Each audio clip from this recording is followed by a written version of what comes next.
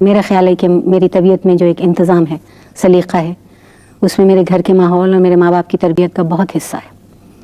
اور اس کی شاید وجہ یہ ہے کہ میری نسل کو سکھایا جاتا تھا کہ ہونے کے باوجود اپنے آپ کو کیسے سنبھال کے رکھتے ہیں اور کتنا احتیاط سے چلتے ہیں. اب جو میرے دیکھتے دیکھتے یہ پیمانے بدل گئے ہیں. اب یہ ہے نا کہ نہ ہونے کے باوجود کس طرح آگے بڑھ کے جاتے ہیں.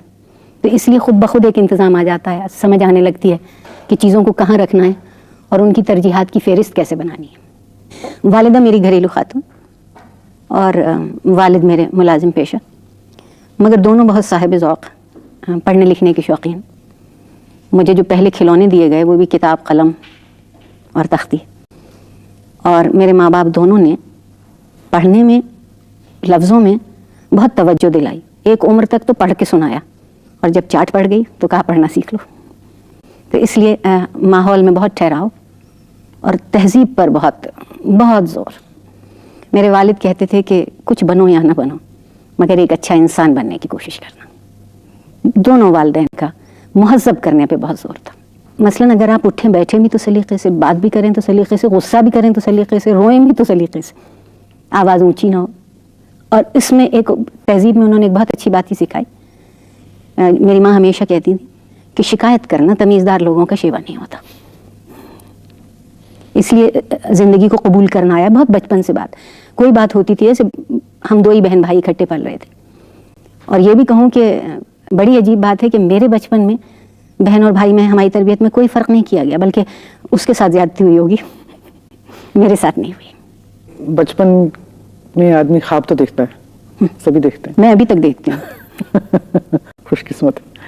اور یہ بھی سوچتا ہے یہ بنوں گی، یہ بنوں گا. کوئی رول ماڈلز اپنی جگہ ہوتے ہیں. تو ڈاکٹر عارفہ سیدہ نے اس وقت کیا خواب دیکھا تھا کہ میں کیا بننا چاہتی ہوں؟ مجھے لگتا ہے میرے اندر اتنی گہری یہ بات کھود دی گئی تھی ہر لمحے کہ ایک اچھا انسان بنو. میں نے کبھی بھی نہیں سوچا تھا کہ میں ایک صاحب معاش اور پیشہ ور خاتون کی حیثیت سے میری زندگی اختتام کو پہنچے گی.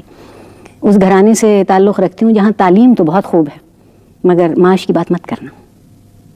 میرے والد کو جس غصے میں نے اس وقت دیکھا ہے جب میں ملازمت میں آئی ہوں، اور وہ خط ابھی تک محفوظ ہیں، کبھی آپ کا جی چاہے گا تو پڑھواؤں گی، کہ کیا قیامت کا غصہ تھا کہ گویا جیسے میں نے ساری تعلیم و تہذیب کو چوراہے پہ رکھ کے آگ لگا دی کیونکہ میں ملازمت میں آ گئی. لیکن کس قدر مزے کی بات یہ ہے کہ میری ملازمت کے کوئی 15-20 سالوں کے بعد انہوں نے اسے تسلیم کرنا شروع کیا. اور پھر ایک وقت یہ آیا کہ انہیں میرے کام اچھے لگنے لگے. وہ ان والدین میں سے تو تھے نہیں جو اولاد کو ڈرائنگ روم میں بلا کے کہتے ہیں کہ بیٹا تمہاری یہ خوبی، لیکن ان کے رویے سے لگتا تھا کہ اب وہ مجھ سے اتنے ناخوش نہیں رہے. انہوں نے یہ جان لیا کہ میں نے معاش کو تہذیب کے ساتھ منسلک رکھا، اس سے الگ نہیں ہونے دیا. میں نے بننا، منیزہ ابھی تک میری خواہش ہے، انسان بننا چاہا تھا، ابھی بھی انسان بننا چاہتی ہوں. کچھ بھی کروں انسان رہ جاؤں. تو پھر کیا یہی فلسفہ یا کانسیپٹ لے کے آپ اپنے کالج میں، چونکہ اب اس وقت پرنسپل ہیں اور مختلف بدنام ہوں اس کے لیے بدنام ہوں اس کے لیے، اپنے دوستوں سے، اپنے قریب عزیزوں سے، طالب علموں سے خاص طور پہ ایک جملہ آپ ان سے پوچھ لیجیے گا. ہمیشہ کہتی ہوں کہ مجھے اس سے غرض نہیں ہے کہ تمہارے کیا نمبر آتے ہیں، کس ڈویژن میں آتے ہو. مجھے غرض اس سے ہے کہ تم جو انسانیت کا ایک پیمانہ ہے وہاں کتنے اچھے ہو. وہ مقابلے میں جاتی ہیں، پرنسپل کبھی ان سے نہیں کہتی کہ جیت کے آنا. میں کہتی ہوں شکست کھا کے بھی آؤ تو یہ بتا کے آنا کہ کہیں تمہاری تربیت ہوئی ہے. ڈاکٹر صاحب آپ نے بہت سے یعنی بیرونی ممالک دیکھے ہیں، پڑھا ہے وہاں، امریکہ میں ڈاکٹریٹ کی ہے آپ نے. کیا محسوس کرتی ہیں آپ کہ ہماری تعلیم کا معیار تو خیر اتنا اچھا نہیں ہے جتنا ہونا چاہیے، لیکن اور کیا کمی ہے ہمارے یہاں جو وہاں آپ سمجھتی ہیں بہتر ہے؟ میرا خیال ہے اینڈ وائس ورسا. سچ بولنے کی بات یہ ہے کہ ہم ہی لوگ وہاں پڑھنے جاتے ہیں، آپ بھی گئیں، بہترین کام کر کے آتے ہیں. کلاس کے پہلے 5 لوگوں میں پاکستانی شامل ہوتا ہے. یہ میں بات بالکل اعتبار سے کہہ رہی ہوں. کیا وجہ ہے کہ وہی پاکستانی یہاں رہ کے اپنے آپ سے بھی شرمندہ ہوتا ہے، نظام تعلیم میں بھی کسی کا کام نہیں آتا. تو مراد یہ کہ کہیں ہماری ترجیحات غلط ہیں، ہمارے نظام میں خرابی ہے کہ جو کسی بھی فرد کے اندر استعداد ہے، استطاعت ہے، اسے باہر نہیں لاتا. مثبت طور پہ، منفی طور پہ تو ڈھیروں آ جاتی ہیں، مثبت طور پہ وہ باہر نہیں آ پاتی. معیار پر ہماری نظر اس طرح نہیں ہے. میں یہاں آپ سے اتفاق نہیں کروں گی. شاید ترقی پذیر معاشروں کا یہ المیہ ہوتا ہے کہ ان کی نظر تعداد پہ رہتی ہے. وہ سوچتے ہیں تعداد بڑھے ہو، چاہے اس کے بدلے میں معیار سے تھوڑا سا سمجھوتا کر لیا جائے. اور پھر ہم نے یہ سوچ لیا ہے کہ ہم نے پتہ نہیں یہ کیوں سوچ لیا ہے کہ جو کچھ ہمیں آتا ہے وہ کسی کو نہیں آتا. آپ نے بھی دیکھا ہوگا دنیا میں کیسا کیسا پڑھا لکھا حساس سمجھدار آدمی ہے. ہمارے ہاں جزیروں کی حیثیت سے تعلیم رہ گئی ہے. ہم ایک مضمون کو ایک شعبے کو دوسرے شعبے سے ملا نہیں پاتے.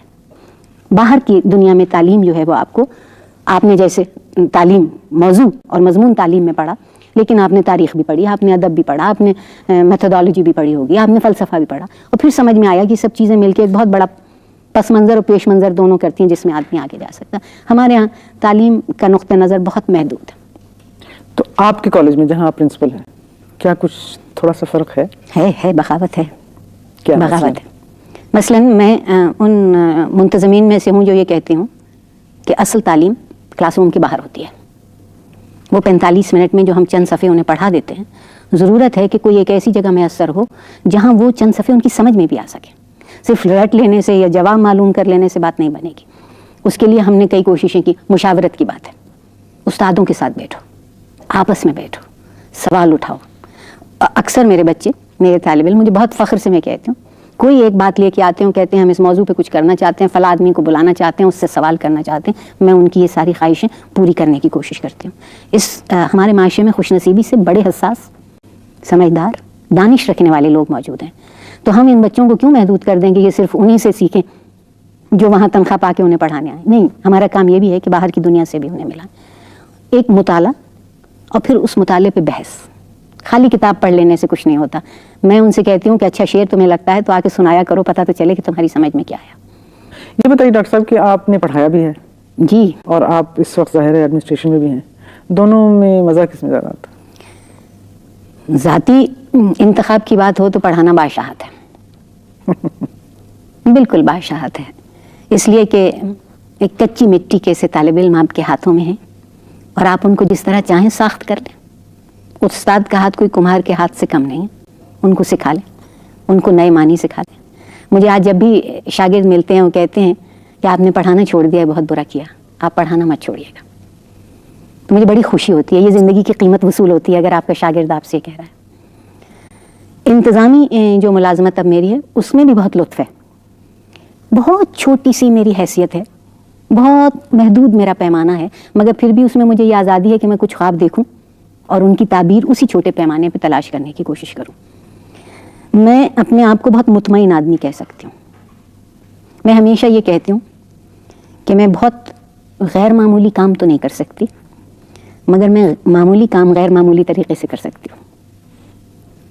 تو اس لیے اس ملازمت میں بھی, اس جگہ میں بھی جہاں میں ہوں ایک منتظم کی حیثیت سے, آپ بہت سے زاویے بدل سکتے ہیں. لوگوں کو اگر آپ ان کا اعتبار دے دیں, ان کی عزت نفس پر ان کا اعتماد انہیں دے دیں, آپ یقین مانیے وہ کچھ بھی کرنے کو تیار ہوتے ہیں. بحیثیت عورت ایک خاتون کی, آپ کو کوئی مسئلہ ہوا ہے جب آپ اس پوزیشن میں آئی ہیں کہ اب آپ نے پرنسپلی سنبھالی ہے اور بہت بڑے کالج کی پرنسپل ہیں آپ؟ کہیں ہوگی اندر چھپے ہوئے, عارفہ کے ڈر کے مارے نہیں کہتے ہوں گے, کیونکہ عارفہ تو قرض نہیں رکھتی, بات کا جواب دے دیتی, لیکن اس طرح سے کھلم کھلا کبھی نہیں. ہاں, وہ معاشرے میں چھپی ہوئی آپ کی زندگی میں بھی ہے, میری زندگی میں بھی ہے, لیکن بظاہر ایسی کوئی بات نہیں آئی کہ آپ چونکہ خاتون ہیں اس لیے ایسا ہے. ہاں, وہ میں یہ بات ضرور یہاں کہنا چاہوں گی کہ وہ عورتیں ہوں یا مرد, اگر انہیں یہ معلوم ہو کہ آپ نیک نیت ہیں, کام کرنے میں آپ کی لگن ہے, اور آپ جتنی خدا نے آپ کو توفیق اور استطاعت دی اتنا کام کرنے کو راضی ہیں, تو لوگ آپ کی عزت کرتے ہیں. ڈاکٹر صاحب بتائیں, اس ساری گھڑی اور گھنٹی اور کتابوں میں اور درس میں اور تدریس میں کیا عارفہ سیدہ یہی کرتی ہے, یا عارفہ سیدہ کے پاس کوئی ریلیکسیشن کا ٹائم تھا؟ بچپن میں کیا تھا, جوانی میں کیا تھا, اب کیا ہے؟ یہ تو بہت ہی ایک عارفہ زندگی ہے. عارفہ سیدہ نے بچپن میں پیڑوں پہ چڑھی, کبڈی کھیلی, کرکٹ کھیلی. اگر کرکٹ کھیلنے کا موقع ملے طریقے سے, ہاں ابھی بھی کھیل سکتی ہوں. اچھا, ابھی بھی آپ کو یاد ہوگا ہوائی میں ہم لوگ کھیلتے تھے. بالکل مل کے پڑھتے بھی تھے اور کرکٹ بھی کھیلتے تھے. پڑھنے سے دلچسپی ہے, شعر و شاعری سے دلچسپی ہے, موسیقی سے دلچسپی ہے. میری تربیت میں میرے کانوں کی تربیت بھی شامل کی گئی تھی. موسیقی سے دلچسپی ہے, بحث کرنے سے دلچسپی ہے. کوئی موضوع مل جائے جس پہ دوسرے سے بات کر کے مزہ آئے تو بہت اچھا لگتا ہے. کھانا پکانا اچھا لگتا ہے, اس کی تو میں بھی یعنی شاید باغبانی کرتی ہوں, اپنے ہاتھوں کا لگایا جب پھلتا پھولتا ہے پودا, بہت طبیعت کو مزہ آتا ہے. تو ایسا نہیں ہے, میرے پاس تو ڈھیروں کام ہے. میں نے ایک کمال کیا ہے, میرا خیال ہے کہ میں نے اپنے بچے کو, اپنے اندر کی بچی کو آج تک سنبھال کے رکھا ہے. اور میں ابھی بھی اتنی ہی شرارت کر سکتی ہوں جتنی کوئی بچہ کر سکتا ہے. مجھے زندگی سے محبت ہے اور میں یہ سمجھتی ہوں کہ زندگی اتنا بڑا عطیہ ہے پروردگار کا, اتنی نعمتیں ہیں میرے ارد گرد کہ اگر میں نے ان میں سے کسی کو بھی چھوئے بغیر یہاں سے خدا حافظ کہہ دیا تو یہ نیک نیتی نہیں ہوگی. 2 باتیں میں نے اپنی زندگی میں آج تک نہیں جانی کہ کیسی ہوتی ہیں. ایک تو میں آج تک بور نہیں ہوئی. میں اپنی شاگردوں سے بھی پوچھتی ہوں کہ ایک دن مجھے بور ہونا سکھاؤ, کیونکہ ان کے یہاں تو بارش ہو جائے تو بور ہو جاتے ہیں, دھوپ میں کھل آئے تو بور ہو جاتے ہیں. اور دوسری چیز جو اللہ کا کرم مجھ پر ہے, مجھے آج تک حسد نہیں ہوا. مجھے دوسروں کی زندگی میں اگر وہ اجازت دیں تو ان کی خوشی میں شریک ہو کے بھی بہت لطف آتا ہے, اور ان کے دکھ اور غم میں بھی شامل ہو کے یوں اچھا لگتا ہے کہ اس طرح مجھے اپنے آپ کو پہچاننے کی ایک مہلت مل جاتی ہے. اس لیے اور میں اپنے کام کو بھی بہت زیادہ لطف سے کرتی ہوں. میرے دفتر میں کلف نہیں لگا ہوا ہے. وہ ایک عارفہ سیدہ کا دفتر ہے, لوگ آئیں بیٹھیں بات کریں, جو بات ان کا کرنے کو جی چاہ رہا ہو. ضروری نہیں ہے کہ وہ سارا دن انتظامیہ اور درس و تدریس اور اس کی اور اس کی باتیں, کوئی بھی بات کریں. ہم مل کے ہنس سکیں تو مل کے ہنس لیں, ایک دوسرے کی بات پہ دکھی ہو سکیں تو دکھی ہو لیں, لیکن ہمیں یہ احساس ہو کہ ہم ایک دوسرے کے لیے موجود ہیں. ایک دوسرے سے موجود سے یہ سوال ہے ڈاکٹر صاحب جو میں پوچھنا چاہتی ہوں کہ آپ نے کیوں شادی نہیں کی, یہ میرا مسئلہ نہیں ہے. میرا بھی نہیں. پوچھنا میں یہ چاہوں گی کہ اس معاشرے میں جو مشرقی معاشرہ ہے, has that been a problem for you? اس معاشرے میں, ہمارے معاشرے میں عورت کی زندگی ہی مشکل ہے. بلکہ اگر آپ سچ پوچھیے تو ہمارے معاشرے میں تو ایک ذہین, حساس, صاحب دانش مرد کی زندگی بھی مشکل ہے, تو عورت کی کیوں نہیں ہوگی؟ اس طرح سے آپ یہ کہہ لیں کہ آپ بہادری سے, ہمت سے, حوصلے سے آگے بڑھ گئے, نہیں ہوا. لیکن معاشرہ یا تو آپ پہ ترس کھاتا ہے, ہائے بیچاری, یا کہ کونے میں منہ دے کے کوئی سرگوشی کرتا ہے. عارفہ سیدہ کی زندگی چونکہ بہت کھلی کتاب کی سی گزری, اسی شہر میں گزری, اس لیے سرگوشی کا موقع تو ملا نہیں, اور شاید ترس میرے ڈر کے مارے کسی نے مجھ پہ کھایا نہیں, اس لیے میرے خیال میں محفوظ رہ گئی. اس عمر میں آ کے, میں آپ کی عمر پہ تبصرہ نہیں کر رہی, نہیں کیجیے, آپ کی اور میری جو عمر ہے ظاہر ہے کوئی اتنا فرق نہیں. اس عمر میں آ کے آدمی جب پیچھے مڑ کے دیکھتا ہے تو کبھی کبھی احساس ہوتا ہے اوہو یہ رہ گیا, وہ کر لیا, کچھ کمی, کسی کو عہدے کی کمی, کسی کو اولاد کی کمی, کسی کو پیسے کی, شہرت کی, محبت کی, ساتھی کی, دوست کی, I don't know, it depends. تو جب آپ کبھی سوچتی ہیں اکیلے میں یا ویسے بھی نہ بھی, ہے کوئی کمی جو یاد آ جاتی ہے کہ کچھ رہ گیا کرنے کو؟ جو بات آپ ماننے کو تیار نہیں ہے, سب سے پہلے تو وہ کہوں گی. آج برملا یہ اعتراف کیے لیتی ہوں کہ میں بہت مطمئن آدمی ہوں. جو ملا ہے مجھے تو اسی کی حیرت نے آج تک حیران کیے رکھا ہے, تو جو نہیں ملا اس کی شکایت کیسے ہوتی ہے. ہاں, جس بات پر افسوس ہوتا ہے وہ یہ اکثر یہ خیال آتا ہے کہ بہت وقت تھا, کچھ اور کر سکتی تھی, صلاحیت بھی تھی, نہیں کر پائی. اور اس کی وجہ؟ اس کی وجہ شاید کچھ بھی نہیں ہوتی, تن آسانی. ہم یہ کہہ دیتے ہیں موقع نہیں. مثلاً اس وقت میں سوچتی ہوں کہ مجھے کچھ زیادہ لکھنا چاہیے تھا, نہیں لکھ پائی, تو اس کا مطلب یہ کہ میں نے کہیں خود کو اور وقت کو دونوں کو ضائع کیا. اگر اپنے آپ کو کہیں تنظیم سے جمع کر کے ایک کونے میں بیٹھتی تو بہتر کام کر لیتی. So no regrets? نہیں, کچھ نہیں. ہر داغ ہے اس دل میں, بجز داغ.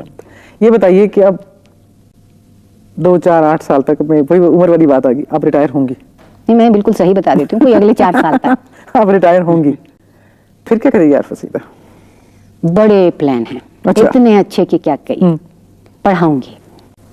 اچھا. اس انتظامی سالوں میں چھوٹ گیا کتاب سے اس طرح کا رشتہ جو درمیان میں شاگرد رکھے. آپ کو پتہ استاد ہونا ایک نشہ ہے, اس کا خمار اترتا نہیں زندگی بھر. اور میں ان لوگوں میں سے ہوں, آپ سے یہ بات کہہ سکتی ہوں, جو اس شعبے میں بہت شعوری طور پہ آئے تھے. میں اس لیے نہیں آئی تھی کہ یہاں نہیں جا سکی, وہاں نہیں جا سکی, یہ نہیں ہو سکا, نہیں, لہٰذا پڑھانا ہی ہے. میرے والد جب مجھ سے بہت خفا تھے میری ملازمت پر, تو میں ان سے صرف ایک جملہ کہتی تھی کہ مجھ پر کتاب کا قرض ہے, میں جی پہ جی وہ قرض جتنا اتر سکے اتارنا چاہتی ہوں. ان کی ساری باتیں انہی کے سامنے دہراتی تھی مگر ان کا غصہ, وہ سمجھتے تھے میں نے معاش کے لیے ایک آزادی کا راستہ ڈھونڈا ہے. لیکن آخر کچھ میرے طرز عمل نے اور کچھ ان کی تربیت نے, دونوں نے یہ اعتبار دے دیا کہ بات ایسی نہیں تھی. پڑھاؤں گی, لکھنا چاہتی ہوں. بہت لوگوں سے بہت باتیں نہیں کر سکی, ان میں سے ایک آپ بھی ہیں کیونکہ ہم دونوں اتنے مصروف ہیں. میں سوچتی ہوں فرصت ہوگی تو کبھی ہم بیٹھ کے 2 گھنٹے